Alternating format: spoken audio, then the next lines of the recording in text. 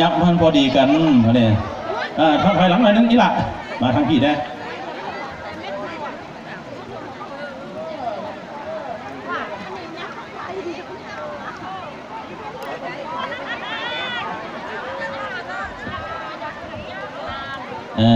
สั้นแล้วพอมาเนี่ย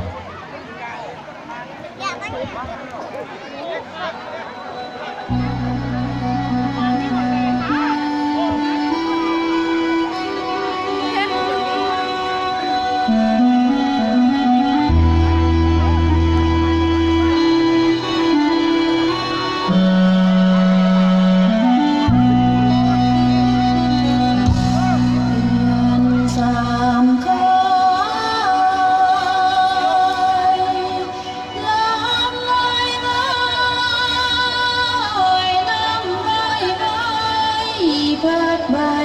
ไม้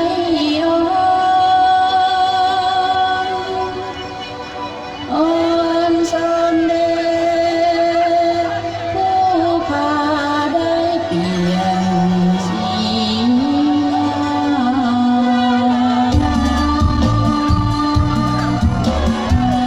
ตบมือเลยนะพี่น้องเด้อ